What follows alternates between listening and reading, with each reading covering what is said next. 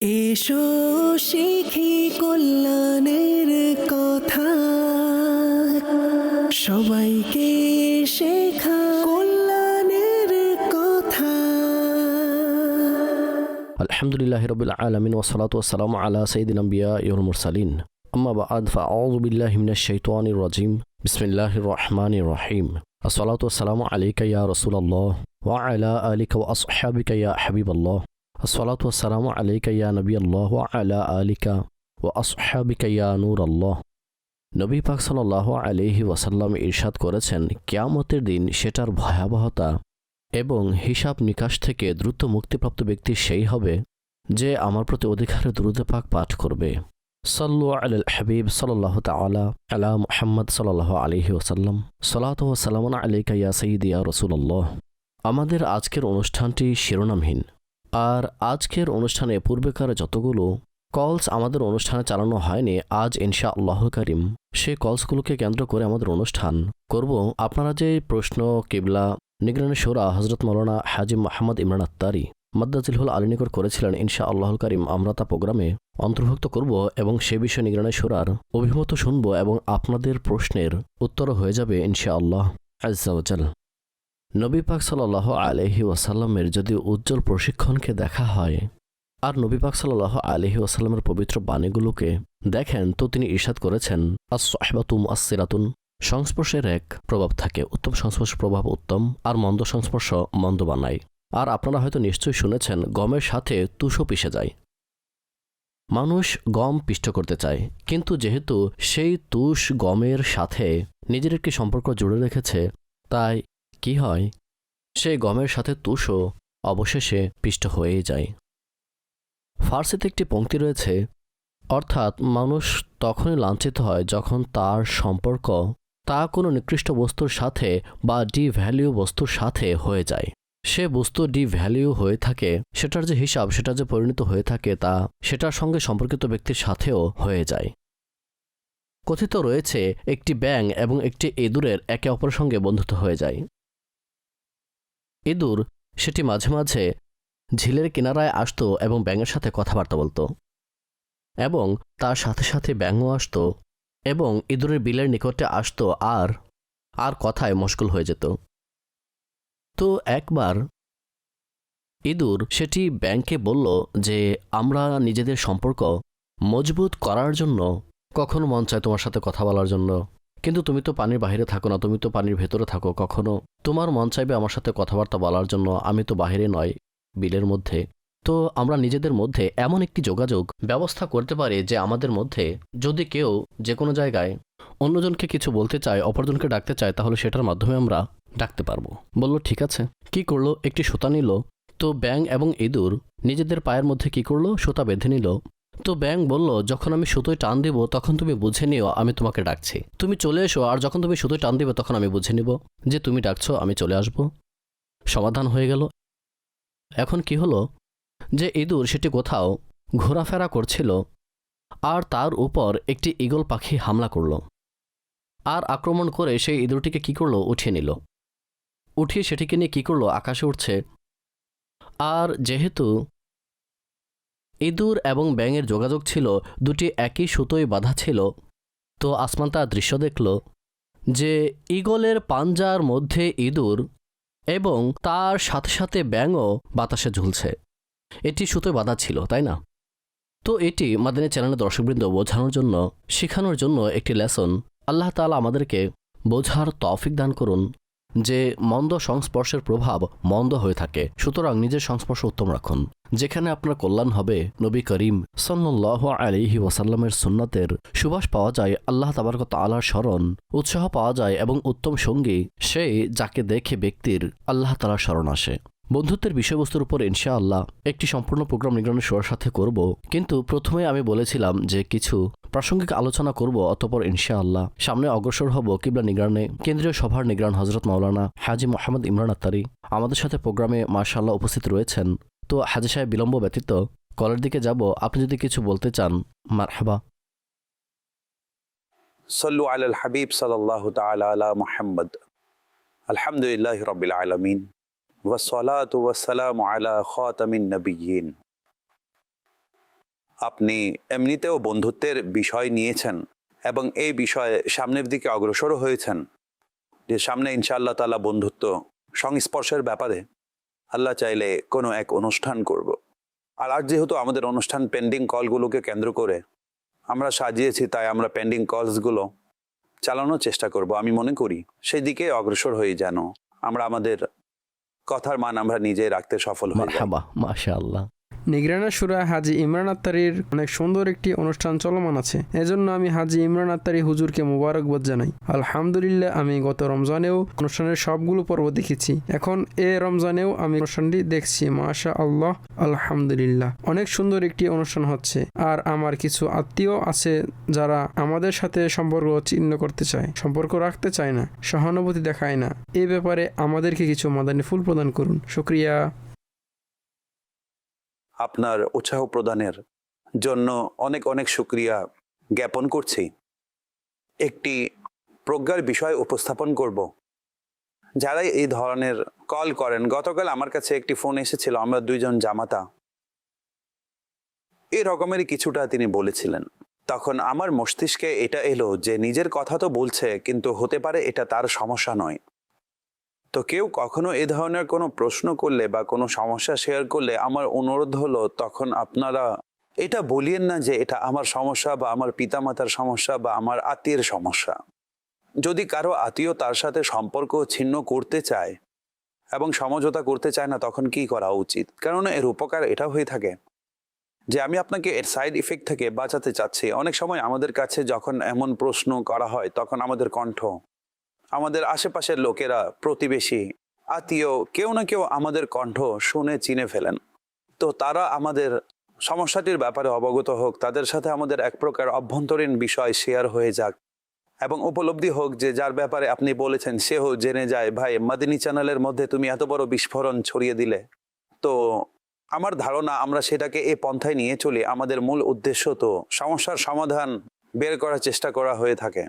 এমন নয় যে নিজের কোনো দুর্বল দিক বা নিজের পরিবারের বা নিজের বংশের কোনো দুর্বল দিক আমরা এত বিশাল একটি চ্যানেলে উল্লেখ করব।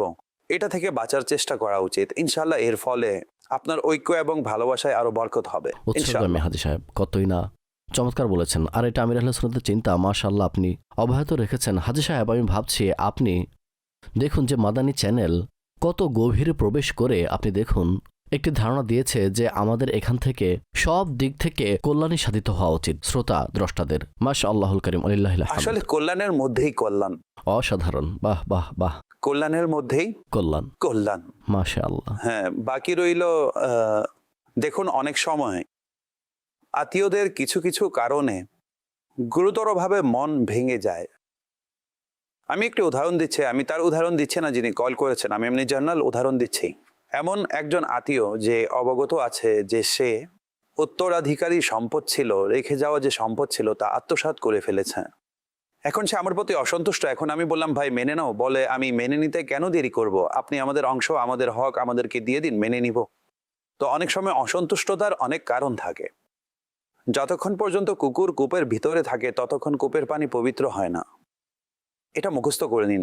সামটাইম সেই অসন্তুষ্টি বা সেই সমস্যার কোনো ভ্যালিড কারণ বা ভ্যালিড রিজন থাকে, রাইট? এটা স্মরণ রাখবেন। তো কুকুর যদি কূপের মধ্যে পড়ে যায় তাহলে পানি অপবিত্র হয়ে যাবে। এখন কেউ যদি বলে আমি অপবিত্র পানি বের করছি আবার পানি ঢালছি, অপবিত্র পানি বের করছি আবার পানি ঢালছি, যতক্ষণ পর্যন্ত কুকুর কূপ থেকে বের হবে না কূপের পানি পবিত্র হবে না।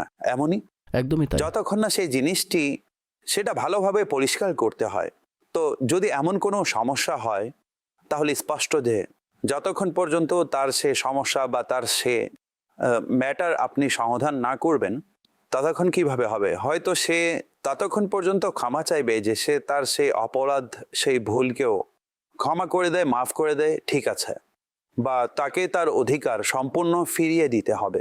তখন গিয়ে সে সাধারণত প্রতিবেশী হোক, আত্মীয় হোক, বন্ধু হোক, যে কেউ হোক, তাদের সাধারণত অনুরূপ অসন্তুষ্টির বিভিন্ন কারণ থাকে, আর সেটার সমঝোতা করার পদ্ধতি হলো এটা। আর যদি কারো এ ধরনের কোনো কারণ না থাকে, তাকে দেখতে শুনতে গিয়ে অসন্তুষ্ট হয়ে গিয়েছে বা কোনো কারণে কোথাও বসেছিল এবং আল্লাহ না করুক কোনো বিষয়ে বাক বিতর্ক হয়ে গিয়েছে, কোনো কথাবার্তা এমন কোনো হালকা সমস্যা হয়ে গিয়েছে, তাহলে বান্দা সমঝোতা, ক্ষমা চেয়ে নেওয়া উচিত। এখন এই সব কিছু প্রসিজার করার পর এখনো যদি আল্লাহ না করুন সে আপনাকে ক্ষমা করছে না বা আপনার সাথে সমঝোতা করছে না, তাহলে কমপক্ষে এটাও তো আছে যে আপনি আপনার কর্তব্য পালন করেছেন, ক্ষমা চাচ্ছেন। যেই আল্লাহ এবং তার রাসূলের এই ব্যাপারে আমাদের প্রতি যে গুরুত্ব আরোপ করা হয়েছে বা আমাদের পথ প্রদর্শক, আপনি তার উপর আমল করে নিয়েছেন। আপনি সামর্থ্য অনুযায়ী চেষ্টা করবেন না, আপনি তার সমঝোতার জন্য বিদ্রোহ করবেন না। সমঝোতা করবে নাকি করবে না, ঝগড়া লেগে যাবে, এইভাবে তো সমঝোতাই হবে না। সমঝোতা তো কোমল ভাবেই হয়। সুবহানাল্লাহ। কাজে আপনি আপনার কাজ করে ফেলুন। জি। আর এমনিতেও অনুরূপ যখনই কেউ আপনার কাছে ক্ষমা চাইবে, যখনই কেউ আপনার কাছে মাফ চাইবে, তখন একটি কথা আল্লাহর সন্তুষ্টির জন্য আপনি গ্রহণ করে নিন যে ক্ষমা চাওয়া ব্যক্তিকে সর্বদা ক্ষমা করে দেওয়া উচিত। কেননা দয়ালুদের নিকট অপারগতাকে গ্রহণ করে নেওয়া হয়। আর এর প্রতিদান আপনার রবের কাছ থেকে নিন। আপনার রব স্বীয় রহমত দ্বারা সেটার প্রতিদান আপনাকে দিবেন।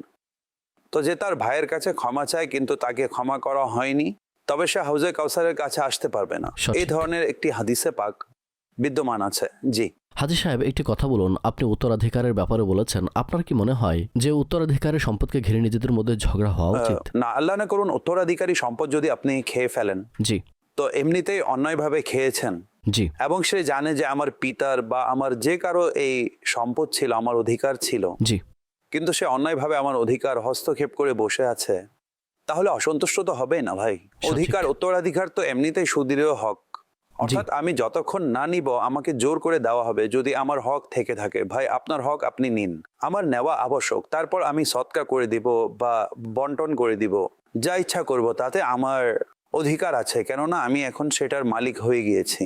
আর কাউকে তো অধিকার দেওয়া হয়নি না যে সে কারো উত্তরাধিকারী সম্পদে বা কারো অন্য কোনো জিনিসে, অর্থাৎ অধিকার লঙ্ঘন তো করতে পারবো না, তাই না? জি, একদমই সঠিক আল্লাহ কথা। তার রাসূল হক নির্ধারণ করেছেন যে এটা তার হক, এটা তার হক, কাজেই তার হকে তো আপনি হস্তক্ষেপ করতে পারবেন না, সঠিক তাই না? বলেছেন। তো সে অসন্তুষ্ট তো হবে ভাই। হাজী সাহেব, আমার মনে হয় যে আপনি দেখুন, উত্তরাধিকারী সংক্রান্ত বিষয় দিয়ে এত ক্রিস্টাল ক্লিয়ার ইসলামের নিয়ম অনুযায়ী যদি আমরা বন্টনের একক পয়েন্ট বানিয়ে নিতে সক্ষম হই, হাজী সাহেব, যা দিনে ইসলামের শিক্ষা অনুযায়ী যতটুকু অংশ আমার রয়েছে তা আমি পাবো, যা অন্যের রয়েছে তা সে পাবে, এখানে ঝগড়ার কোনো দেখুন, কারণ আমি নেই। এই বিষয়ে দর্শকদেরকে, ভিউয়ার্সদেরকে একটি পরামর্শ দিব, ঠিক আছে? আপনারা পরামর্শটি মনোযোগ সহকারে শুনবেন। উদাহরণ সহকারে আলোচনা করছি। পিতা মহোদয়ের ইন্তেকাল হয়েছে। পিতা মহোদয় উত্তরাধিকারী সূত্রে ধন সম্পদ রেখে ইন্তেকাল করলেন। এখন ঘরের সদস্যদের মধ্যে একজন বড় থাকে, বড় ভাই থাকে, বা যে কোনো একজন ঘরের বড় থাকে। তাকে আমি পরামর্শ দিচ্ছি যে সে কোনো মুফতিয়ে ইসলাম, আশিকে রাসূলের কাছ থেকে এই বিষয়ে যোগাযোগ করুন এবং যা কিছু এক একটি সুতা পর্যন্ত যা মরহুম ছেড়ে গিয়েছেন তা তার সামনে উপস্থাপন করুন এবং সেখান থেকে এটা বলে দেওয়া হবে তার অমুক অমুক আত্মীয় বা উত্তরাধিকার আছে, কার অংশ কতটুকু হবে এটা একটু বলে দিন। তিনি আপনাকে সম্পূর্ণ বিস্তারিত দিয়ে দিবেন যে ভাইদের এতটুকু, বোনদের এতটুকু, অমুকের এতটুকু, অমুকের এতটুকু, যদি স্ত্রী থাকে তাহলে তার এতটুকু, ইত্যাদি ইত্যাদি। এখন তা আপনি লিখে নিন। লিখে নিয়েছেন? লেখার পর যত এই কনসার্ন পার্সন আছে না, যারা সদস্য আছে না, তাদের সবাইকে ফতোয়ার কপি দিয়ে দিন আর তাদেরকে তাদের অংশ দিয়ে দিন। ভাই এই দেখুন, আপনারাই বলুন এখন কি করতে হবে। আর যে দিক নির্দেশনা দেওয়া হয়েছে এটা কোরআনের বিধান অনুযায়ী হয়ে থাকে। অবশ্যই এই বিষয়ে কোরআনের আয়াত বিদ্যমান আছে যে কার কতটুকু অংশ। এক্ষেত্রে নিজের কোনো স্বাধীনতাই নেই, সেই নিয়ম অনুযায়ী বন্টন করে দিন। ফতোয়া আপনার এই কাজে আসবে যে আল্লাহ পাক চাইলে আপনার বংশে কখনো, সম্প্রদায়ে, গোষ্ঠীতে কখনো এই বিষয়ে বিবাদ হবে না, কেননা সবার নিকট ফতোয়া দেওয়া রয়েছে আর যে বন্টন করেছে তার কাছে লিখিত কপি বিদ্যমান। আর এখানে আমি আরো একটি অনুরোধ করব যে আপনারা সবার সম্পদ বন্টন হওয়ার পর সেই ফতোয়ার উপর সবাই স্বাক্ষর করে দিন যে আমরা অংশ পেয়ে গিয়েছি, আলহামদুলিল্লাহ। কেননা আমি এই বিষয়ে অবগত আছি যে কি পরিমাণে মনোমালিন্য তৈরি হয়, তারপর আগত প্রজন্ম বিবাদে জড়ায়। আগত জেনারেশনের মধ্যে কহল তৈরি হয় এবং একটি মিসআন্ডারস্ট্যান্ডিং যদি থাকে, যদি সৃষ্টি করা হয়, তাহলে তা থেকে যায় যে অমুকে উত্তরাধিকারী খেয়ে ফেলেছিল, অমুকে সম্পদ খেয়ে ফেলেছিল, বলে তোমার বাপ সবটুকু দেয়নি, তোমার মা সবটুকু নেয়নি, বলে যে আমাদের পরিবারের বড়রা খেয়ে বসে আছে, ঘড়ি তো তাকে দিয়ে দিয়েছে, কলম তো তাকে দিয়ে দিয়েছে, অমুক জিনিস তো তাকে দিয়ে দিয়েছিল, এটা আব্বুর অনেক পছন্দের ছিল, সে আব্বুর অনেক নিকটবর্তী ছিল, এটা তাকে দিয়ে দাও।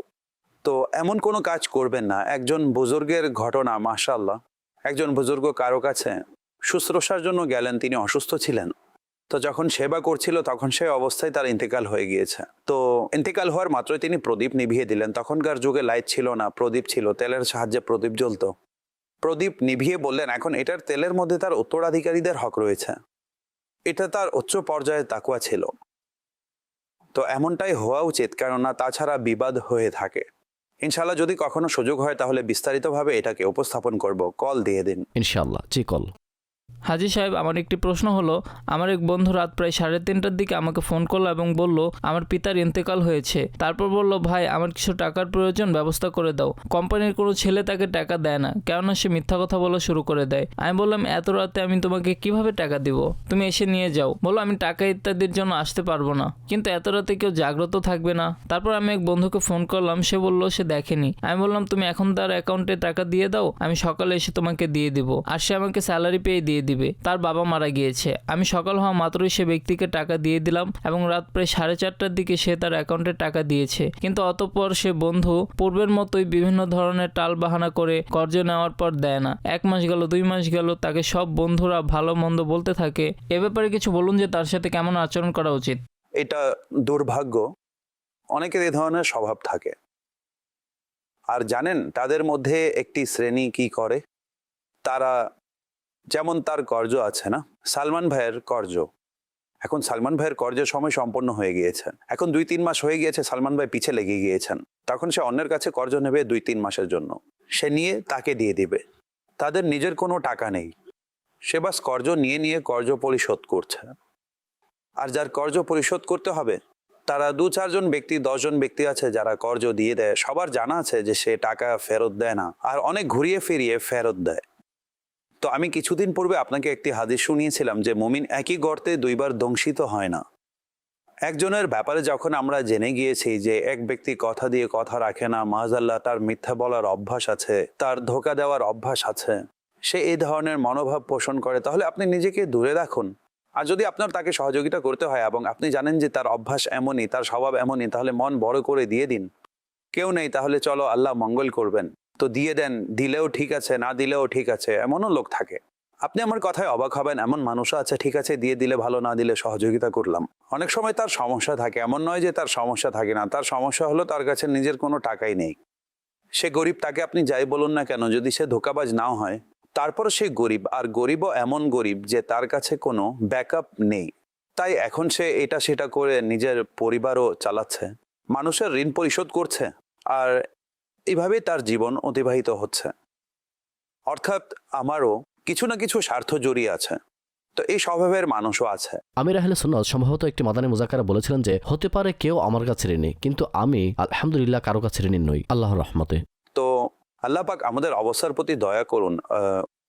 এই ধরনের কিছু মানুষ পাওয়া যায়, আর আল্লাহ তাআলা আমাদেরকে আপনি সুরক্ষিত। নিশ্চয়ই পেয়েছেন, স্পষ্ট আমি বিষয়, একবার এটাই একটি বলতে চাচ্ছেন। মার্কেটে, অর্থাৎ আমি সম্পূর্ণ একটি সময় মার্কেটে এইভাবে অতিবাহিত করেছি এবং আমি জানি পাবলিকলি। হাজী সাহেব, এমনিতে চলুন আমি আপনাকে একটি কথা বলছি, যে বিষয়টি চলছে এটা মস্তিষ্ক থেকে কিছুক্ষণের জন্য সরিয়ে নিন।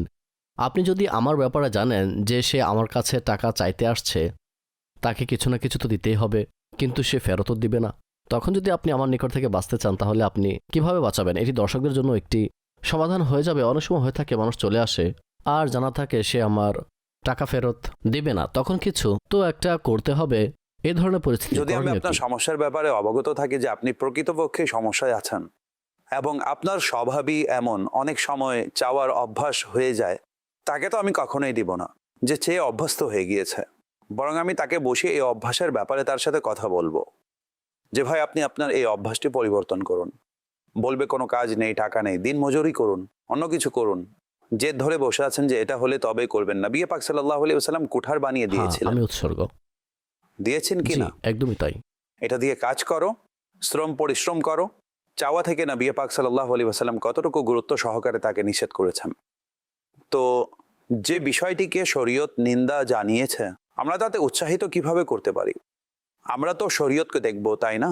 নবী পাক সাল্লাল্লাহু আলাইহি ওয়াসাল্লামের জীবনী দেখব। নবী পাক সাল্লাল্লাহু আলাইহি ওয়াসাল্লাম কি সাহায্য করেননি? বলা হয়ে থাকে যে নাহি সুনতা হি নাহি মাংনে ওয়ালা তেরা। নবীজির শান তো এটা, কিন্তু এখানে আমরা কি দেখছি যে নবী পাক সাল্লাল্লাহু আলাইহি ওয়াসাল্লাম তার কাছ থেকে একটি জিনিস নিলেন, সেটা বিক্রি করলেন স্বয়ং নবী করিম সাল্লাল্লাহু আলাইহি ওয়াসাল্লাম। বিজনেস এস্টাবলিশ হওয়াতে তাকে কতটুকু সাপোর্ট করছেন? আমি উৎসর্গ, বাহ। ফাইন্যান্সিয়ালি সাপোর্ট করছেন না, আর্থিকভাবে সাহায্য করছেন না। নবী পাক সাল্লাল্লাহু আলাইহি ওয়াসাল্লাম থেকে আর্থিকভাবে সহযোগিতা করাও প্রমাণিত, আর যথাযথ সাপোর্ট করেছেন নবী পাক সাল্লাল্লাহু আলাইহি ওয়াসাল্লাম। বরং এত দিতেন যে পরবর্তীতে পুনরায় চাওয়ার প্রয়োজনই পড়তো না।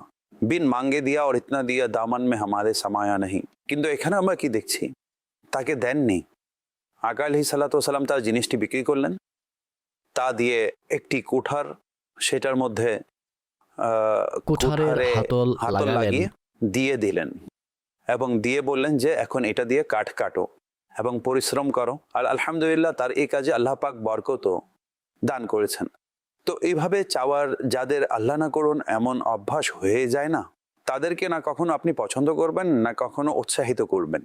আর তারা, আচ্ছা, যখন আপনি তাদেরকে বুঝাবেন না, সে মাথা নত করে বুঝে চলে যাবে, কিন্তু যদি তাদের চাওয়ার অভ্যাস হয়ে যায় তাহলে সে আপনার এখান থেকে আরেকজনের কাছে চলে যাবে আর পুনরায় হয়তো আপনার কাছে আসবেও না।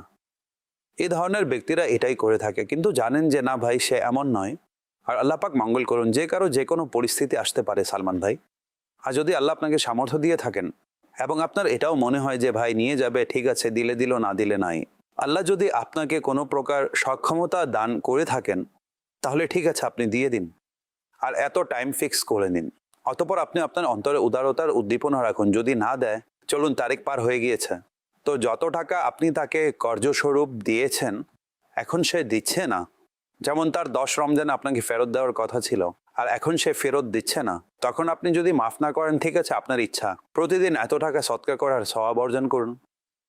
তো এই কিছু বিষয় আছে যে মানুষ মধ্যম পন্থার মনোভাব রাখবে। একদম এমন নয় এত মিষ্টি হবেন যে গিলে ফেলবে, না এত তিক্ত হবেন যে থুতু ফেলে দেয়। জি কল কল্যাণের বার্তা অত্যন্ত সুন্দর একটি অনুষ্ঠান। আল্লাহ পাক নিগরানি সূরাকে অফুরন্ত বরকত দান করুন। আমাদের মেজবান অত্যন্ত চমৎকার অনুষ্ঠান করেছেন। হুজুর, বিষয়বস্তু সংক্রান্ত আমার নগণ্য একটি পরামর্শ ছিল যে আপনারা ধনী গরিবকে কেন্দ্র করে একটি বিষয়বস্তু নির্ধারণ করুন। আমাদের সরল মুসলমান ভাই বোন যারা আছে তারা এমন ব্যক্তি যারা ঘুরে বেড়ায়, প্রফেশনাল ভিখারিদেরকে তাদের জাকাত ফিতরা এবং এসব কিছু দিয়ে মনে করে যে আমাদের জাকাত ফিতরা আদায় হয়ে গিয়েছে।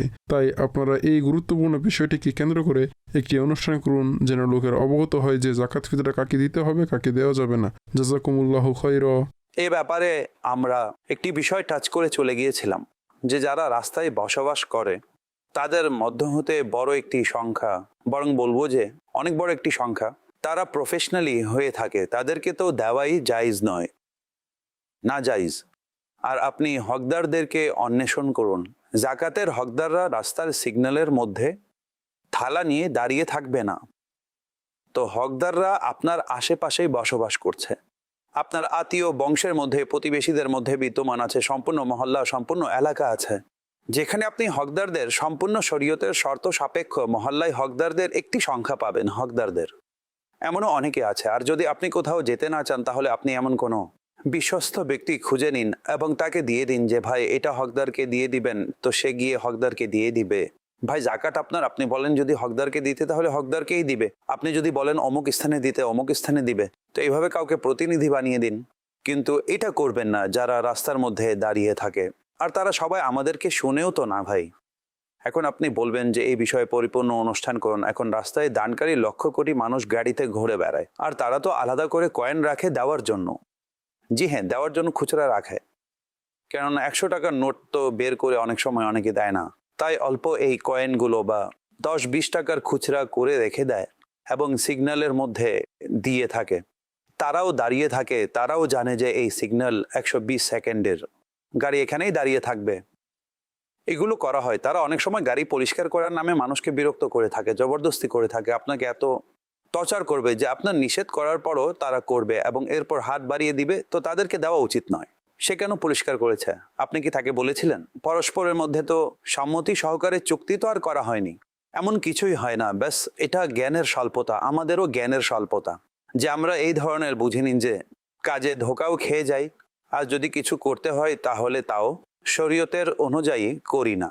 আমাদের এখানে এই সব কিছু হচ্ছে। এছাড়া পৃথিবীতে কোথায়? পৃথিবীতে অনেকগুলো রাষ্ট্রে এমন কোনো নিয়ম নেই, কিছু রাষ্ট্রে আছে, রাস্তায় দাঁড়িয়ে থাকে আর এগুলো করে থাকে। আমি এটা বলছি না যে শুধু আমাদের দেশেরই সমস্যা, অন্যান্য দেশগুলোরও এই সমস্যা। আমি স্বচক্ষে দেখেছি ভিক্ষা করতে, কিন্তু আমাদের এখানে প্রকৃতপক্ষে অনেক বেশি।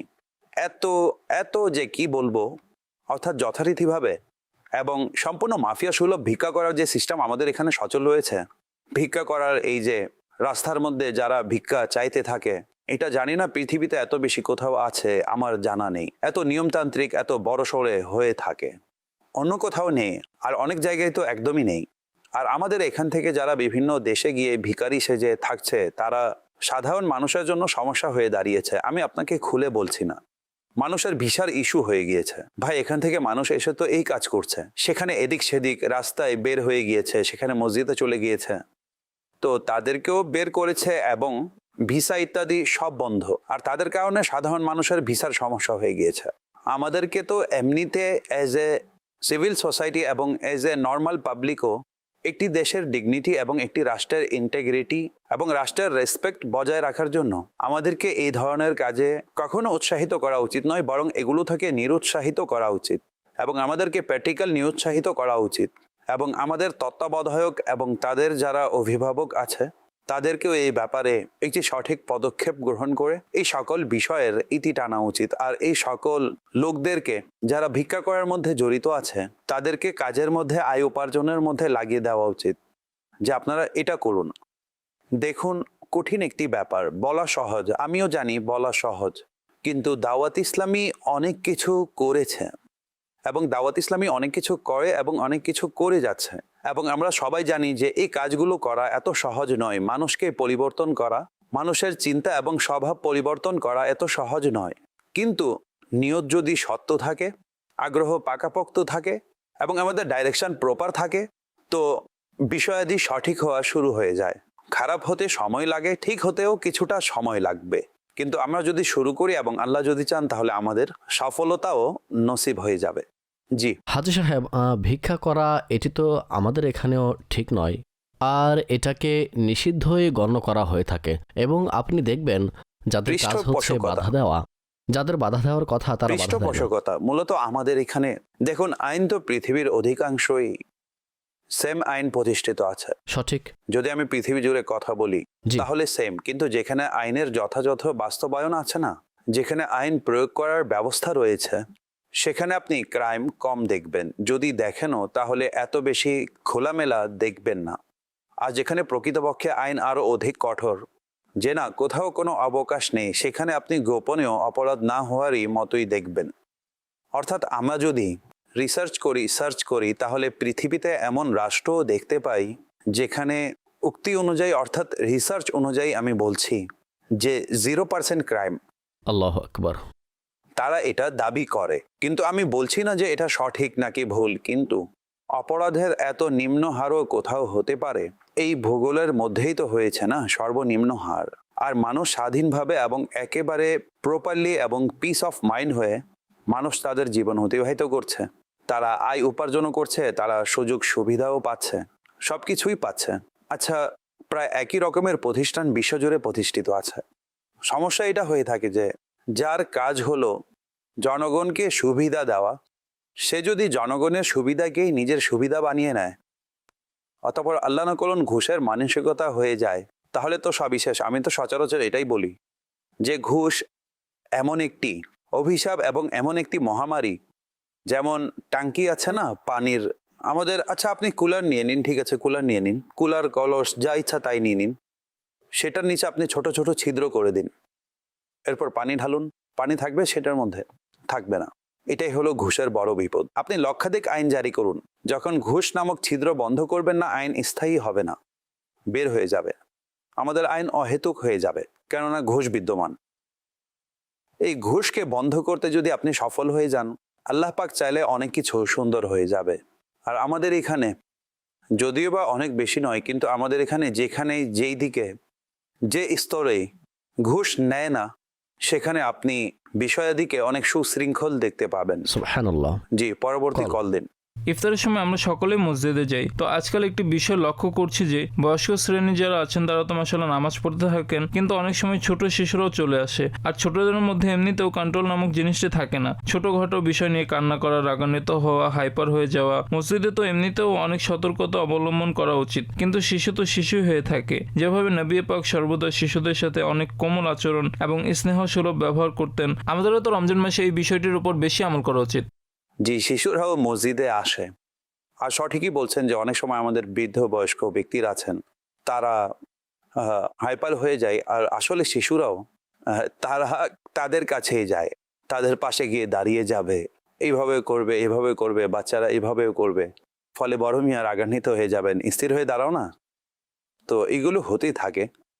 আমাদের বড় বয়স্ক ব্যক্তিরা যারা আছেন তাদেরকে বাচ্চাদের প্রতি সহমর্মী হওয়া উচিত। আর মসজিদে যদি শিশুরা আসে, এবং এমন শিশু যাদের মসজিদে আসা জায়েজ, তারা যদি আসে এবং তাদেরকে যদি আদব কায়দা শেখাতে হয়, তাহলে অবশ্যই আদব কায়দা আদব সহকারেই শেখাতে হবে। মারধর করে তো আর শেখানো যাবে না, আদব শেখানোর একটি আদব আছে, সেই পদ্ধতিতেই শেখানো উচিত। বৎস মসজিদে এগুলো করে না, কাজে শেখাতে হলে শেখানোর নিয়ম আছে। কোনো এক ব্যক্তি এসে মসজিদে প্রসাব করে দিল, নবী পাক সাল্লাল্লাহু আলাইহি ওয়াসাল্লাম দেখে ফেললেন, সাহাবাগণও দেখেছেন। সাহাবাগণ যখন তার দিকে যাচ্ছেন তখন নবী পাক থামিয়ে দিলেন, থামো। পানি আনালেন, সেই স্থানটি পবিত্র করিয়ে দিলেন। তারপর তাকে যথানিয়মে নবী পাক সাল্লাল্লাহু আলাইহি ওয়াসাল্লাম মসজিদের আদব শিক্ষা দান করলেন যে মসজিদে এটা করার স্থান নয়, কেননা সে অন্য স্থান থেকে এসেছিল, হুকুম নাজিল হচ্ছিল, ফলে এত বেশি আহকাম সংক্রান্ত এত বেশি জ্ঞান থাকা এটা আবশ্যক ছিল না।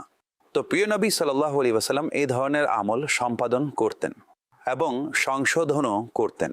আর সংশোধন করার ক্ষেত্রে নবী পাক সাল্লাল্লাহু আলাইহি ওয়াসাল্লামের পদ্ধতি আছে না, বসে কথা বলা, বোঝানো, প্রমাণাদি দেওয়া এবং কমলতার সহিত বোঝানো। যদি দরজা খুলাতে হয় না, তাহলে নক করা হয়, ঠিক আছে? আর দরজা ভেঙে ফেলতে হলে লাথি মারতে হয়। আপনি কোনটি চান? কারো মস্তিষ্কের দরজা খুলতে চান, নাকি কারো আগ্রহ ভাঙতে চান? যদি আগ্রহ ভাঙতে চান, তাহলে মারধর করে কাজ আদায় করুন এবং আপনার যা করার করুন, ঘর হোক বা মসজিদ।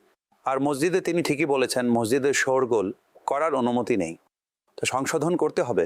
আর আমি এমনিতে ইসলামী ভাই ইসলামী বোনদের নিকট আরজ করব যে রমজান মাসে এমন শিশু যাদেরকে শরীরভাবে পাঠানোর অনুমতি নেই, আপনারা যারা শিশুদেরকে পাঠিয়ে দেন না, দয়া করে পাঠাবেন না।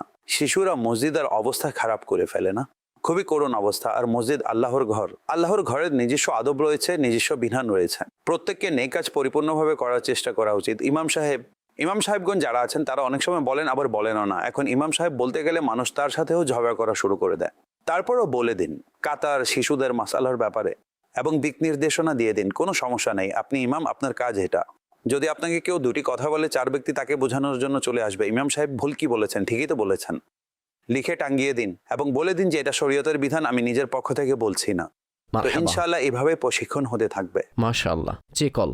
আলহামদুলিল্লাহ, মাদিনী চ্যানেলের প্রতি বছরই আমাদেরকে রমজান মাসে সংশোধনমূলক অনুষ্ঠান উপহার দেয়। কল্যাণের দিকে আসো, আমাদের প্রজন্ম, হকসমূহ, আমাদের অভ্যাস, প্লাস মাইনাস এবং ক্ষুধা বিতরণায় আরও অসংখ্য মনোমুগ্ধকর অনুষ্ঠান আমাদেরকে সর্বদা দিক নির্দেশনা প্রদান করেছে। আল্লাহ পাক আরও অধিক বরকত দান করুন। জি, কল দিয়ে দিন।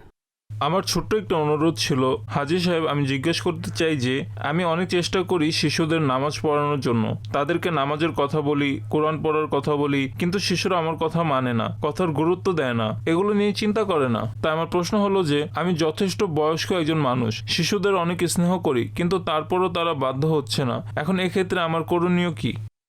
আপনি ধৈর্যও ধরুন, সাহসও রাখুন এবং তাদের সংশোধনের চেষ্টাও করতে থাকুন। বাহ। আর চেষ্টা শুধু বলতে সীমাবদ্ধ নয়, বৎস আসো আমার পাশে বসো। আর যখন যখন সম্ভব হয় নিজের সাথে রাখুন, নিজের পাশে বসিয়ে রাখুন। আপনি যখন কোরআন পড়ছেন বা কোনো নেকির কাজ করছেন, তাকে সাথে নিয়ে করুন। আর অনেক সময় এটা হয়ে থাকে যে আমরা শুধু বলি। আমি একটি উদাহরণ দিচ্ছি, সম্ভব হলে করবেন। আমি অর্থাৎ পরামর্শ দিচ্ছি, বাচ্চাদেরকে আপনার পাশে বসে ঘটনা শোনান, কোনো গল্প শোনান, সুন্দর নেকিপূর্ণ মুগ্ধকর ঘটনা তাকে শোনান। মাকতাবাতুল মদিনায় পুস্তিকাও আছে, তারা আপনার কাছে বসবে, বাচ্চাদের কথায় কথায় ভুল ধরলে এবং সবসময় উপদেশ দিলেও অনেক সময় বিরক্ত হয়ে যায়। তো যখনই বাচ্চাকে দেখবে, দূর থেকে দেখবে, তিনি কিছু একটা বলবে, কিন্তু যখন বুঝতে পারবে যে তিনি আসবেন, বসাবেন, মিষ্টি কিছু কথা বলবেন, তার কাছে খাওয়ার মতো কিছু পেয়েও যাব, এবং তিনি গল্প শোনাবেন, ঘটনা শোনাবেন, স্টোরি শোনাবেন, তারা আপনার কাছে আসবে। আর যদি ভালো কোনো কাজ করে এবং আল্লাহ সামর্থ্য দিয়েছেন, তো ছোট কোনো একটি উপহার দিয়ে দিন, 10 টাকার নোটই দিয়ে দিন উপহার স্বরূপ। এ নাও, তুমি আমাকে সময় দিয়েছ, শুনেছ, আচ্ছা এর মধ্যেও 2-1টি গল্প শুনিয়ে, আচ্ছা কি বুঝেছো, আচ্ছা আপনি এত ভালো বুঝে গিয়েছেন, এ নিন আপনার উপহার, যে কোনো কিছু দিয়ে দিন। সপ্তাহ 10 দিন করে তো দেখেন, আল্লাহ পাক চাইলে যদি তারা আপনার পিছনে না ঘোরে তাহলে আমাকে কল করবেন, আমি অন্য কোনো পদ্ধতি বলে দিব, করতে থাকবো। মাশাআল্লাহ। জি, কল। হাজী ইমরান সাহেবের নিকট আমি একটি পরামর্শ চাই যে আমি খুব কম কথা বলি, কিন্তু অতিরিক্ত চিন্তাও করি যে এটা করব ওটা করব, কিন্তু দিন শেষে কিছুই করতে পারি না। আল্লাহ, অতিরিক্ত চিন্তা আসে তাহলে অন্য কোনো কাজে ব্যস্ত হয়ে পড়ুন, বিজি থাকুন, নিজেকে ব্যস্ত রাখুন। যখন আপনি ব্যস্ত থাকবেন তখন আপনার চিন্তা কম আসবে এবং যে কাজটি করছেন সে কাজের মধ্যেই সীমাবদ্ধ থাকবেন। এটা মানুষের নিজস্ব একটি ন্যাচারাল স্বভাব। যে কোনো কাজে ব্যস্ত থাকলে আপনার মস্তিষ্ক সেটাতেই ব্যস্ত থাকবে। এবং জিকির ইত্যাদি করার অভ্যাস করুন, তিলাওয়াত করার অভ্যাস করুন, এই ধরনের কোনো অভ্যাস তৈরি করুন যা মানসিক এবং শারীরিকভাবে নিজেকে ব্যস্ত রাখার আপনি চেষ্টা করুন। তো ইনশাআল্লাহ তাআলা আশা করি আল্লাহ চাইলে আপনি কিছুদিন এগুলো করার চেষ্টা করুন, রমজান মাসে প্র্যাকটিস করুন। যদি আপনি পার্থক্য লক্ষ্য করেন তাহলে কন্টিনিউ করুন, তারপর কল করুন ইনশাআল্লাহ। জি, কল। কারজি থেকে ইমরান বলছি। হাজী ইমরান আত্তারের নিকট আমার প্রশ্ন হলো যে আজকাল সচরাচর দেখা যায় যে কোনো ধনী ব্যক্তি যদি অসুস্থ হয়ে পড়ে, সমস্যায় পড়ে যায়, তাহলে উচ্চ পর্যায়ের ব্যক্তিবৃন্দরাও, ধর্মীয় গোষ্ঠী হোক বা দুনিয়াবি কোনো গোষ্ঠী হোক, তখন দেখা যায় যে ধনী ব্যক্তির বাড়িতে গিয়ে উপস্থিত হয়। কিন্তু কোনো গরিব দরিদ্র ব্যক্তি যদি অসুস্থ হয়ে পড়ে তাহলে তাকে দেখার জন্য কেউই আসে না, এমনকি তার মৃত্যুতেও কেউ আসে না। পক্ষান্তরে কোনো ধনী ব্যক্তি অসুস্থ হয়ে গেলে বা কেউ মারা গেলে উচ্চ মর্যাদাশীল ব্যক্তিরাও তার জানাজায় ও অন্যান্য বিষয়াদিতে অংশগ্রহণ করে। এটি এমন একটি বিষয় যা লোকেরা দেখে বলে যে এই বিষয়টি তফাৎ সৃষ্টি করে। তো এমনটি কেন হয়ে থাকে? এমনও হয়ে থাকে, এমনও আছে। আসলে ধনীর কাছে ধনী যায় না। এখন একজন মালিকের ইন্তেকাল হয়ে গিয়েছে, তো ফ্যাক্টরির যত কর্মচারী আছে সবাই যায়। 400-500 কর্মচারী, ভাই মালিকের ইন্তেকাল হয়েছে, আমাদেরকে যাওয়া উচিত, তো সবাই যায়। এখন তার কন্ট্যাক্টই বড় ব্যক্তিদের সাথে থাকে। এখন যেমন উদাহরণস্বরূপ যদি কোনো শিল্পপতির ইন্তেকাল হয়ে যায়, তো তার শিল্পপতি বন্ধুরা আছে না, তারা সবাই আসবে যে ভাই চলো তার ইন্তেকাল হয়ে গিয়েছে, এটা তো আছে। আচ্ছা, তারপর চেনা জানা অনেকে, যদি মালিক পক্ষ হয়ে থাকে তাহলে 1000 গরিব মানুষও আসবে, সাধারণ মানুষও আসবে। আর যদি বড় ব্যক্তি ছিল, ইনফ্লুয়েন্সার ছিল, লোকদের কল্যাণের স্বার্থে কাজ করত, মানুষের উপকার সাধন করত, তখন তার জানা যায় মাঠ ভরে যায়। তো এটা আলাদা একটা প্রেক্ষাপট যা আমি বর্ণনা করলাম। আর আমি যদি আপনাকে বুঝতে সক্ষম হয়ে থাকি, তো এটা হলো মাইন্ডসেট, যে লোকেরা গরিবদের কম খোঁজ রাখে, ধনীদের বেশি রাখে। শুধু ধনী নয়, প্রসিদ্ধ ব্যক্তি হলে তার খোঁজও বেশি রাখে। তো যদি এই কারণটি থাকে যে সে কল্যাণকামী ছিল, সহমর্মী ছিল, মানুষের কল্যাণ চাইতো, মানুষের সাথে সুসম্পর্ক ছিল, সহানুভূতিশীল ছিল, তখন মানুষ তার মৃত্যুতে শোক প্রকাশার্থে হলেও জানাজায় আসবে। কিন্তু এমন ব্যক্তি খুব বেশি হয় না। কিন্তু এখানে যে পয়েন্ট অফ ভিউ আছে না, এই পয়েন্ট যেদিকে আপনি ইঙ্গিত করছেন যে গরিবদেরকে মানুষ কম খোঁজে, এক্ষেত্রে আমিও সহমত। প্রকৃতপক্ষে এমন হয়ে থাকে। একজন গরিব সাধারণ মানুষ অসুস্থ হয়ে গেলে তাকে অনেক সময় পরিবারও এত বেশি খোঁজ নেয় না ভাই, যে যা ইচ্ছা করুক, আর আল্লাহ না করুন সে উপার্জন না করলে তো কেউ জিজ্ঞাসাই করবে না। এমন করা উচিত নয়। আমাদের একজন মুসলমানকে সম্মান তার মুসলমান হওয়ার কারণে করা উচিত, কেননা সে মুসলমান। বাহ, মুসলমান বলে আমি তাকে সম্মান করছি। একজন মুসলমানকে তার মুসলমান হওয়ার কারণে সম্মান দিন। যাকে আল্লাহ পাক ইমানের ন্যায় নেয়ামত দিয়েছেন, সে আল্লাহ পাকের নিকট কি পরিমাণে গ্রহণযোগ্য বান্দা। আল্লাহ তাকে ইমান দিয়েছেন না। বলা হয় পৃথিবীতে 8 বিলিয়নের কাছাকাছি মানুষ, তার মধ্যে মুসলমান কতজন? যদিও বা বড় একটি সংখ্যা, কিন্তু কতজন? কাজেই যাকে ইমান দিয়েছেন তার ইমানদার হওয়াই এই কথার প্রমাণ বহন করে যে আমাদেরকে তাকে সম্মান এবং মূল্যায়ন করা উচিত। আর গরিবদেরকে অধিক গুরুত্ব দেওয়া উচিত, কেননা গরিবদের মন নরম থাকে। তারা অসুস্থ হলে বাস্তবে যাওয়া উচিত, জিজ্ঞাসা করা উচিত, সহানুভূতি প্রকাশ করা উচিত, আত্মীয় থাকলে সম্পর্ক রক্ষা করা উচিত। অনেক ক্ষেত্রে হয়ে থাকে, এখন 2 মামা আছেন, এক মামা বিত্তশালী, অন্য মামা গরিব, তো বিত্তশালী মামাকে বেশি গুরুত্ব দেয় এবং গরিব মামাকে কম দেয়, যদিও বা মামা হওয়ার দিক থেকে উভয়ের মর্যাদা আছে। তারা উভয়ে রক্তের সম্পর্ক, তারা আসলে উভয়কে গুরুত্ব দেওয়া উচিত। তো এই ধরনের যে তফাৎ আমাদের এখানে কারণ ব্যতীত কোনো কারণ নেই, অর্থাৎ সারি কোনো বিধান নেই, এমন কোনো বিশেষ কারণ নেই। আমরা শুধু আমাদের স্বভাবের কারণে ধনী গরিবের নামে পার্থক্য করছি, ফলে সমাজে অনেক দূরত্ব সৃষ্টি হচ্ছে। আমাদেরকে নিজের অভ্যাসের দিকে দেখা উচিত। এমনিতেও গরিবরা লাভে আছে। নবী পাক সাল্লাল্লাহু আলাইহি ওয়াসাল্লামের খুবই সুন্দর ও মুগ্ধকর দোয়া হলো, ইয়া আল্লাহ আমাকে দরিদ্র করো, দারিদ্রতার মধ্যে রাখো এবং দারিদ্র হিসাবে উঠাও। অর্থাৎ গরিবদের সাথে নবী পাক সাল্লাল্লাহু আলাইহি ওয়াসাল্লামের যে বর্ণনা পাওয়া যায় না, এবং তাদের সাথে নবী পাক সাল্লাল্লাহু আলাইহি ওয়াসাল্লামের যে আমল এবং তার যে উত্তম আচরণ, তাদের সাথে আমরা কিতাবে যেগুলো পাই, স্বয়ং আমাদের আসহাবে সুফফা, আমাদের সামনে আরো অনেকে আছেন জি, যে নবী পাক সাল্লাল্লাহু আলাইহি ওয়াসাল্লাম সাল্লাল্লাহু তাদেরকে আলাইহি ওয়াসাল্লাম। সীমাহীন ভালোবাসতেন, সীমাহীন ভালোবাসতেন। সুবহানাল্লাহ। অতঃপর আকা সাল্লাল্লাহু আলাইহি ওয়াসাল্লাম তো তার ভালোবাসার ধরন তো এমন ছিল যে যাকে আপনি জিজ্ঞাসা করেন সে মনে করত যে নবী পাক সবচেয়ে বেশি আমাকে ভালোবাসতেন। হাজী সাহেব, আল্লাহ পাক আপনাকে বরকত দান করুন। আমি চাচ্ছি এই বিষয়টির সাথে আপনি আরও একটি বিষয় যোগ করে নিন। আমাকে জিজ্ঞেস করতে আসেনি কেন, বা আমাকে কেন জিজ্ঞেস করেনি, বা আমার সেবা যত্ন কেন করেনি। আমরা সাধারণত বলি যে কারোর সাথে আমার সম্পর্ক আছে, ঠিক আছে। এখন আমি বললাম আমাদের এত পুরনো সম্পর্ক, এত যোগাযোগ, এত বন্ধুত্ব, এত বছর যাবৎ আমি অসুস্থ রয়েছি, সেই বিষয়টি জেনেও গিয়েছে, খোঁজ নেয়নি, দেখতে আসেনি। মানুষ মুখ রাখতে গিয়েও তো অফার ইত্যাদি করে থাকে, কিছু লাগলে আমাকে বলবেন, চেষ্টা করব, কিছুই করেনি। এই বিষয় এবং এই নিয়মের ব্যাপারে আপনি কি বলবেন? আপনি যা বলছেন তা সুন্দর একটি দিক। বাস্তবে কিছু মানুষ এমন আছে যারা নিজে না কারো সেবা করবে, না কারো জানাজায় যাবে, না কারো খোঁজ খবর নিবে, বাস সে নিজের জগতে আছে, নিজের মনের রাজা। সে মনের রাজা বলা হয় না, নিজের উপরে আসলে বলে কেউ আমাকে জিজ্ঞাসা করে না। ভাই, আপনি কয়জনকে জিজ্ঞাসা করেছেন? আপনার অস্তিত্ব সমাজে বিদ্যমান রয়েছে, আমার কথা বুঝতে পেরেছেন?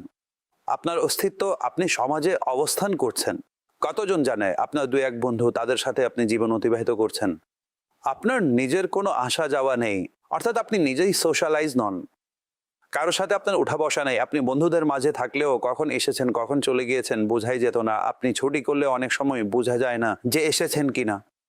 তাছাড়া তো যারা মিশুক আছে, মিশুক প্রকৃতির আছে, শুধু সালাম প্রদানকারী আছে না, শুধু সালাম দেয়, যে মানুষ তাদেরকেও তারা মুখের স্মরণে সদৃশ হয়ে রাখে, থাকে। বলে যে ভাই, অর্থাৎ যে অন্য আর কিছুই করে না, শুধু আসে এবং যায়, আসসালামু আলাইকুম ওয়া রাহমাতুল্লাহি ওয়া বারাকাতুহু, কেমন আছেন ভাই, তাদেরকে পাহারাদার পর্যন্ত স্মরণে রাখে। আর যখন এই ধরনের কোনো বস আসে বা যে কেউ যখন সামনে আসে, স্যার আসসালামু আলাইকুম, সে কি বলবে? আমাকে সালাম কেন করছো? অসভ্য লোক, তোমাকে সালাম করতে বলেছে, এভাবে তো আর কেউ কখনো বলবে না। তো যারা এই ধরনের স্বভাব বা গুণাবলীর অধিকারী, তাদেরকে মানুষ ভুলে না, বরং তাদের অনুপস্থিতি এমন কোনো মিশুক ব্যক্তি, সালাম প্রদানকারী ব্যক্তি, সে কোনোদিন আল্লাহ না করুন যদি না থাকে, ক্ষণিকের জন্য না থাকে, তাহলেও ঘুরে দেখবে ভাই মজা আসেনি। দেখা যাচ্ছে না তাকে। তো দেখা না গেলে মানুষ তাকে নোটিস করবে। আপনি কি কাউকে আপনার ব্যাপারে নোটিস করিয়েছেন যে আপনি আছেন? আপনার তো ঘরে নোটিস নেই, মা জিজ্ঞাসা করে না ঘরে আছে নাকি নেই। তিনি জানেন ঘরে যদিও থাকে তাহলে কোনায় মোবাইল নিয়ে বসে থাকবে, বা কোনায় মোবাইল নিয়ে শুয়ে থাকবে, বা যাই হোক। কিছু মানুষ এমন হয়ে থাকে যে তার নিজ দোষেই মানুষ তার প্রতি ইন্টারেস্ট রাখে না। আপনি ভালো বিষয় মনে করিয়েছেন, আপনি কি সোশ্যালাইজ? আপনি কি মিশুক? আপনার অস্তিত্ব কি এ কথার ঘোষণা দেয় যে আমি আছি? আপনার অনুপস্থিতি যেদিন আপনি থাকবেন না, সেদিন লোকেরা নোটিস করবে যে ভাই লোকটি কোথায় গেল, কোথায় চলে গেল, কোথায় চলে গেল, কোথায় চলে গেল। আর ইনশাআল্লাহ তাআলা আপনার প্রতি সহমর্মী হবে এবং ভালোবাসবে। কিন্তু যদি কেউ এমন নাও হয় এবং আল্লাহ না করুন সে অসুস্থ হয়ে যায়, সে উদ্বিগ্ন হয়ে যায়, বা তার সাথে অন্য কিছু ঘটে যায় এবং আপনি অবগত থাকেন, তাহলে সওয়াবের নিয়তে আপনি শুশ্রূষা তো করবেনই না, তার দুঃখ ভাগ তো করবেনই না, সহানুভূতি তো দেখাবেন না। সে তো আমার নবীর উম্মত, ঠিক আছে, তার স্বভাব কিছুটা ভিন্ন রকম, কিন্তু সে তো নবীর উম্মত না। তো প্রিয় নবীর উম্মতের ভালোবাসা, প্রিয় নবী সাল্লাল্লাহু আলাইহি ওয়াসাল্লামের ভালোবাসার কারণেই যে নবী পাক আলাইহিস সালাম আপন উম্মতকে ভালোবাসেন। একজন সাহাবী মসজিদের মধ্যে দেখা যাচ্ছে না, নবী পাক সাল্লাল্লাহু আলাইহি ওয়াসাল্লাম নোটিস করলেন, তিনি জানার জন্য ইরশাদ করলেন, দেখে আসো তাকে দেখা যাচ্ছে না কেন। তো আল্লাহ পাক আমাদের অবস্থার প্রতি অনুগ্রহ করুন এবং আমাদের এই ধরনের স্বভাব দান করুন যেন আমরা মিশুকও হই, দুঃখীর সঙ্গীও হই, এবং আমাদের মধ্যে এ বিষয়ে বৈসাদৃশ্য না হোক যে কে ধনী কে গরিব। মারহাবা। ব্যাস সে আমার নবীর উম্মত, আমার নবীর গোলাম, আশিকে রাসূল, তার সাথে আমার সহমর্মী সুলভ উদ্দীপনা থাকা উচিত। আর না আসার কারণে অভিমানও হবে এবং তার প্রতি অভিযোগও করা হবে, অসন্তুষ্ট তো হবে, ভাই ভাই আসা উচিত ছিল, আসেনি কেন? দেখুন, অনেক সময় এত ঘনিষ্ঠ হয়ে থাকে যে বলার প্রয়োজন থাকে না, কিন্তু আপনার নিকট একটি অনুরোধ হলো, এটা বলবেন না যে আমরা গরিব, আমাদের বাড়িতে কেন আসবে। আপনি গরিব হলে এই কথাটি বলবেন না, আমরা গরিব, আমরা এটা, আমরা ওটা, কেন আসবে। এটা আবশ্যক নয় যে এজন্য সে আসেনি। ভাই, ও হে গরিব ব্যক্তি, আমি জানি না যে আমাদের এই গরিব ব্যক্তি কখন অসুস্থ হয়েছে। অনেক সময় অবগত থাকে না, জানা থাকে না। আর এদিকে গরিব ব্যক্তি মনে করে আমি যেহেতু গরিব, আমি যেহেতু মিসকিন, আমি যেহেতু কোনো বিশেষ ব্যক্তি নয়, এই জন্য সে দেখতে আসেনি। বিশ্বাস করুন, সে অবগত থাকে না। একজন ব্যক্তি ফোন করলো, ভুল ধারণা নিয়ে ফোন করলো, একজন বক্তাকে ফোন করলো যে আপনি কি অমুক বলছেন? জি জি আমি অমুকে বলছি। ভাই, আপনার থেকে আশা করিনি। ভাই, কি হয়ে গিয়েছে? কে আপনি? আপনি আমাকে ছাড়ুন না, আমি আপনার অনেক বড় ফ্যান, কিন্তু আমি আপনার থেকে এটা আশা করিনি। ভাই, আমি এমন কি করেছি? কেন আমার পিছনে লেগেছেন? না, আপনি অমুক গ্রামে অমুক অঞ্চলে গিয়ে আপনি এটা বলে চলে গিয়েছেন, আপনার থেকে তো আমরা এই এক্সপেক্ট করি না যে আপনি এই বাক্য বলবেন। বললো, ভাই থামুন, কেন উত্তেজিত হচ্ছেন? কি হয়েছে? বললো, কোন গ্রামে? অমুক গ্রামে। ভাই, আমি 2 বছর যাবত তো ওই গ্রামে যাইনি। আচ্ছা, জাননি, ক্ষমা চাচ্ছি, ভুল হয়ে গিয়েছে। এখন কি পরিমাণে লজ্জিত হবেন? তো অনেক সময় ভাই, আপনার অনেক সময় জানা থাকে না ভাই। সঠিক। আরে নিকটাত্মীয় অনেক সময় দাওয়াতে বাদ পড়ে যায়। এক্ষেত্রে ধনী গরিব থাকে না, অনেক সময় অনেক ঘনিষ্ঠ ব্যক্তিকে মানুষ দাওয়াত দিতে ভুলে যায়। হ্যাঁ ভাই, আমাদেরকে কেন বলবেন? বাদ পড়ে যায়। আচ্ছা, এর মধ্যে ধনী ব্যক্তি, বড় ব্যক্তিরাও বাদ পড়ে যায় অনেক সময় দাওয়াতের মধ্যে। ঘনিষ্ঠ ব্যক্তি বাদ পড়ে যায়। কখনো সে বলেছে, হ্যাঁ ভাই আমরা ধনী বলে কেউ আমাদেরকে বলে না, এটা কখনো ধনীরা বলবে না। আর মানুষ তাকে এমনিতেই বেশি ডাকে, কেননা সে বেশি কানেক্টেড থাকে। আচ্ছা, কানেক্টিং থাকা অনেক বেশি প্রয়োজন সবার ক্ষেত্রেই, মানুষ সাধারণত বলে না। তো আমার অনুরোধ হলো, আপনি কানেক্টিং পিপল হিসাবে থাকুন, এবং সমাজে যদি থাকেন তো সোশ্যালাইজ থাকুন, সমাজে থাকুন। শরীয়ত অনুযায়ী জানা আছে যে এখানে গুনাহ হবে, আল্লাহ এবং তার রাসূলের নাফরমানি হবে, দুনিয়া এবং আখিরাত বরবাদ হবে, অহেতুক কাজে জড়াবো। এমন কানেক্টিভিটি থেকে তো আমি আপনাকে বাঁচতেই বলবো। মারহাবা। কোরআনের সাথে কানেক্ট থাকুন এবং আল্লাহর ইবাদতে মগ্ন থাকুন। মারহাবা। জি, কল। প্রিয় নিগরানের সুরার নিকট আমার একটি আরজ হলো, ওই সকল লোক যারা জাকাত বের করে এবং জাকাত বের করার ক্ষেত্রে নিজেদের আশেপাশে জাকাতের হকদার ব্যক্তিদেরকে অধিকাংশ সময় ভুলে যায় বা তাদের দিকে লক্ষ্য রাখে না, তাদের ব্যাপারে আপনার অভিমত কি? আর অনেক সময় এমন ব্যক্তিও দেখা যায় যাদেরকে তাদের প্রতিবেশীরাও জাকাত ও খয়রাত ইত্যাদি দিয়ে থাকে ভালো নিয়তে, সম্পর্ক বজায় রাখার নিয়তে, কিন্তু পরবর্তীতে জাকাত গ্রহীতাও নিজেদের প্রতিবেশীর কোনো কৃতজ্ঞতা জ্ঞাপন করে না বা এ ধরনের কোনো ভালো রেসপন্স করে না যা জাকাত দাতার মন জয়ের কারণ হবে। তো ওই অবস্থায় উভয়ের পক্ষের জন্য আপনি কি বার্তা প্রদান করবেন? আপনার প্রশ্নের মধ্যে উভয়ের সংশোধন বিদ্যমান। আপনি যাদেরকে জাকাত প্রদান করবেন তাদেরকেও আপনি মনোযোগী করেছেন যে আপনি আপনার কাছের প্রতিবেশী যারা হকদার তাদের কথা সবার আগে স্মরণে রাখবেন। আপনি খুবই সুন্দরভাবে মনোযোগী করেছেন। আর আপনি এদিকেও মনোযোগী করেছেন। যদি আপনার প্রতি কেউ এহসান দয়া করে থাকে তাহলে দয়ার বিনিময় কি? দয়া। তার শুকরিয়া জ্ঞাপন করে নিন। এটাও অনেক বড় একটি দয়া। জাযাকাল্লাহু খায়রা, উৎকৃষ্ট কৃতজ্ঞতা। আপনি জানেন, যদি কেউ বলে যে জাযাকাল্লাহু খায়রা, আল্লাহ আপনাকে উত্তম প্রতিদান দান করুন, এটা উৎকৃষ্ট কৃতজ্ঞতা। আর এটা আমাদের শরীয়তের উত্তম শিক্ষা। তো তাকে এটাই বলে দিন, আর এটা একটু সুন্দরভাবে বলে দিন, আপনার অনেক অনেক শুকরিয়া, জাযাকাল্লাহু খায়রা, আপনি আমাকে স্মরণ রেখেছেন এবং আমার দুর্দশায় আপনি সহযোগিতা করেছেন। এভাবে দুটি বাক্য বলে দিলে তার ভালো লাগবে।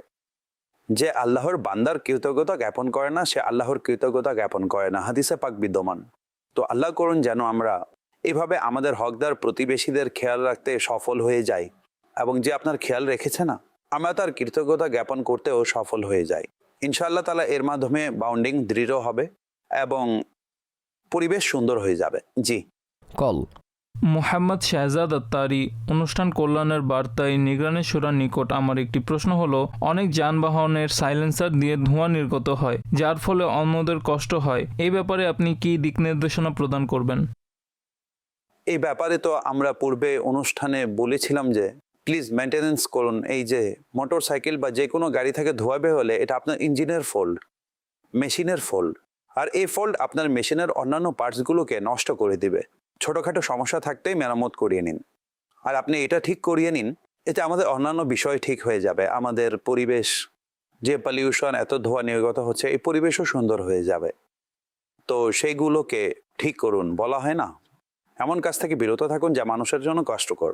বাস আপনি এই কথাটি গ্রহণ করে নিন যে আমি কাউকে কষ্ট দিব না।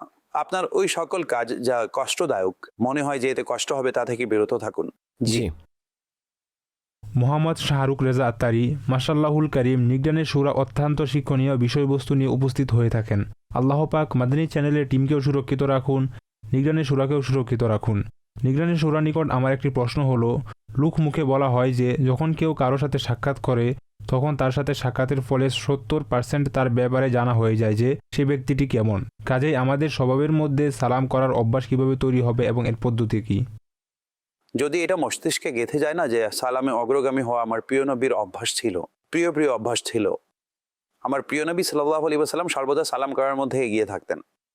যখন কেউ আসতো, প্রিয় নবী সাল্লাল্লাহু আলাইহি ওয়াসাল্লাম সর্বপ্রথম তিনি তাকে সালাম করতেন। তো সালামে অগ্রগামী হওয়ার ব্যাপারে যদি জানা থাকে যে এটা সুন্নত, এবং সালাম প্রদানকারী অহংকার থেকে বেঁচে যায়, তাকে আল্লাহ পাক অহংকার থেকে মুক্ত রাখেন, এবং সালামের বরকত আছে। আর সালামের ব্যাপারে বলা হয়েছে যে সালাম দাও, হোক তুমি তাকে চিনো বা না চিনো। এমনই। তো এভাবে আমরা যদি সালামকে ধরে রাখি এবং সালাম দেওয়ার অভ্যাস করে ফেলি এবং হাস্যোজ্জ্বল চেহারা নিয়ে সাক্ষাৎ করি, আর ফর্মালিটি স্বরূপ সাক্ষাৎ না করে সালামু আলাইকুম, সালাম এমনভাবে আসসালামু আলাইকুম ওয়া রাহমাতুল্লাহি ওয়া বারাকাতুহু, সামনের ব্যক্তির যেন লাগে যে আপনি তাকে সালাম করছেন। তো আপনি সালাম করুন সওয়াব অর্জনের উদ্দেশ্যে, নেকি হাসিল করার উদ্দেশ্যে। আর আপনি যে বিষয়টি বলেছেন, এক্ষেত্রে এমন হয়ে থাকে যে অনেক সময় কারো সাথে জীবনে একবারই সাক্ষাৎ হয়ে থাকে, বারবার সাক্ষাৎ করার সুযোগ হবে না। আপনি যখন তার সাথে প্রথমবার দেখা করেন না, তখন সে আপনার সাথে পুনরায় সাক্ষাৎ করুক বা না করুক, আপনার সাক্ষাতের প্রভাব অবশ্যই পড়বে যে পরবর্তীতে সাক্ষাৎ করতে হলে সে ব্যক্তিটি কেমন। কথা হলে বলবে সাক্ষাৎ করেছে অনেক মিশুক প্রকৃতির, অনেক আন্তরিকতার সহিত, খুবই স্নেহপূর্ণ ভঙ্গিতে সাক্ষাৎ করেছিলেন, মাশাআল্লাহ। তো আপনি কারো সাথে সাক্ষাতের মাধ্যমে আপনার শ্রেষ্ঠ চরিত্রের চিত্র তার মস্তিষ্কে বসাতে পারেন। বা বলবে সাক্ষাৎ করেছিলাম, জানি না বেচারা কি চিন্তা করছিল, মন কোথায় ছিল, ভারাক্রান্ত ছিল, বেশি তেমন ভালো লাগেনি। অর্থাৎ পুনরায় তার সাথে সাক্ষাৎ করার মন চাইবে না। মিশুক মানুষের সাথে পুনরায় সাক্ষাৎ করার মন চায়। মারহাবা। আর যারা মিশুক প্রকৃতির নয়, যারা উপরে উপরে নিজের জগতে বসবাসকারী যাকে বলা হয়, তার সাথে মানুষ বারবার সাক্ষাৎ করে না। সে এসেছে ঠিক আছে, অন্যথায় মানুষ তো সাক্ষাৎ করতে আসে, বসে, কথাবার্তা বলে, আপনার সদাচরণ, আপনার চেহারার মুচকি হাসি এবং তার সাথে আপনার মাধুর্যপূর্ণ আলোচনা যেন প্রসন্ন হয়ে যায়। এভাবে কথাবার্তা বললে ইনশাল্লাহ মানুষ আপনার নিকটবর্তী হবে। বিশেষ করে মোবাল্লিগ এবং মোবাল্লিগা ইসলামী বোনদের মধ্যে, মোবাল্লিগ ইসলামী ভাইদের মধ্যে এই পদ্ধতি অবলম্বন করুন। ঘরেও যদি আপনি এই পদ্ধতি অবলম্বন করেন, তাহলে ইনশাল্লাহ ভালোবাসা বৃদ্ধি পাবে। আমার একটি প্রশ্ন হলো যে যদি কারো গান শোনার অভ্যাস থাকে তাহলে তা দূর করার উপায় কি? এর ক্ষতির ব্যাপারে চিন্তা করুন। গান অন্তরে কপটতা সৃষ্টি করে, এবং নবী পাক সাল্লাল্লাহু আলাইহি ওয়াসাল্লাম তার সেই অভ্যাস মোবারক আমাদেরকে দান করেছেন যে দূর থেকে কোথাও থেকে মিউজিকের শব্দ আসছিল, তখন প্রিয় নবী সাল্লাল্লাহু আলাইহি ওয়াসাল্লাম সেই আঙ্গুল মোবারক কান মোবারকে প্রবেশ করিয়েছিলেন। অনুরূপভাবে কোরআনে কারিমেও লাহওয়াল হাদিসের যে শব্দ রয়েছে এবং এর প্রেক্ষিতে আমাদের মুফাসসিরগণ যা বলেছেন, এর মধ্যে মিউজিকও উল্লেখ করেছেন। এটা থেকে নিষেধ করা হয়েছে, গান বাজনা থেকে। অতঃপর সরকারে দোজাহান সাল্লাল্লাহু আলাইহি ওয়াসাল্লামের স্পষ্ট হাদিস বিদ্যমান যে আমাকে বাদ্যযন্ত্র ধ্বংস করার জন্য প্রেরণ করা হয়েছে। প্রেরণের উদ্দেশ্য এটার মধ্যে বর্ণনা করা হচ্ছে, প্রেরণের উদ্দেশ্য যে আমাকে বাদ্যযন্ত্র ধ্বংস করার জন্য প্রেরণ করা হয়েছে। তো এত নিন্দা বর্ণিত রয়েছে এবং জানা আছে যে এটা শরীয়ত পছন্দ করে না, আল্লাহ এবং তার রাসূলের পছন্দ নয়। একজন মুসলমানের জন্য এই কথাটিই যথেষ্ট যে আমলটি আল্লাহ এবং তার রাসূলের পছন্দ নয়, মুসলমানের জন্য এটাই যথেষ্ট। এরপর নিন্দা করা হয়েছে, এটাকে ধ্বংস নিঃশেষ করার জন্য বলা হয়েছে। তো এমন অনেক বিষয় রয়েছে যা বান্দাকে মিউজিক থেকে বিরত রাখতে সফল হতে পারে। আল্লাহ পাক এবং তার রাসূল সাল্লাল্লাহু আলাইহি ওয়াসাল্লামের প্রতি সত্য ভালোবাসা এটা গুনাহ থেকে বিরত রাখে। নিগরানের সুরা নিকট প্রশ্ন হলো, যদি কেউ কারোর প্রতি অসন্তুষ্ট হয় এবং যার প্রতি অসন্তুষ্ট হয়েছে সে তাকে সন্তুষ্ট করার সর্বপ্রকারের চেষ্টা করে, কিন্তু সেই ব্যক্তি খুশি না হয়ে উল্টো কোনো কারণ ছাড়াই তার উপর অপবাদ লাগিয়ে দেয়, কিন্তু অসন্তুষ্ট ছিল, সে যখন বিপদে পড়ে তখন সে তার মেয়েকে ফোর্স করে, ফলে এখন মেয়ে বলে আমার পিতা মাতাকে সন্তুষ্ট করো। অবশ্য এর পূর্বেও সন্তুষ্ট করার চেষ্টা করা হয়েছে কিন্তু তখন খুশি হয়নি, কিন্তু এখন যখন পরিবারের সমস্যা দেখা দিচ্ছে তখন সে ফোর্স করছে যে আমার পিতা মাতাকে খুশি করো। এ ব্যাপারে কি মাদানী ফুল ইরশাদ করবেন? অনেক সময় এমন হয়ে যায় উদ্দেশ্য মুখ্য হয়ে ওঠে এবং চলুন কোনো কারণেও যদি সন্তুষ্ট করার ধারাবাহিকতা শুরু হয়ে যায় এবং খুশি করতে সফল হয়ে যান এবং খুশি করে সুন্দরভাবে একটি সম্পর্ক গড়ে ওঠে এবং অসন্তুষ্টতা দূর হয়ে যায়, তাহলে আমি বলবো সুযোগের সদ্ব্যবহার করে ফেলাই উচিত। এমনিতেও যেখানে সমঝোতা হয়, শারঈ কোনো বাধা নেই, শারঈ কোনো নিষেধাজ্ঞা নেই, তাহলে আপনার যেখানে মনে হবে না মীমাংসা হচ্ছে, সমঝোতা হচ্ছে এবং ঘনিষ্ঠতা তৈরি হচ্ছে এবং নিরাপত্তা আসছে, বিশ্বাস করুন সেখানে সর্বপ্রথম আপনি আপনার অবদান রাখুন। শয়তান সেখানে অপদস্থ এবং লাঞ্ছিত হবে, কেননা সেখানে একজন মুসলমানের এই বিষয়ে এত খুশি হওয়া উচিত। যখনই সে সমঝোতা করবে, কল্পনা করুন শয়তান যে নিজে আগুন থেকে সৃষ্টি, সে নিজে আগুনে কিভাবে জ্বলছে, বলবে আমি কত চেষ্টা করেছি তাদের মধ্যে বিচ্ছিন্ন ও বিরোধ তৈরি করার, মুহূর্তের মধ্যে আমার সব পরিশ্রমের মধ্যে পানি ঢেলে দিল। তোর পরিশ্রমের মধ্যে পানি ঢালাই হবে দুর্ভাগা শয়তান।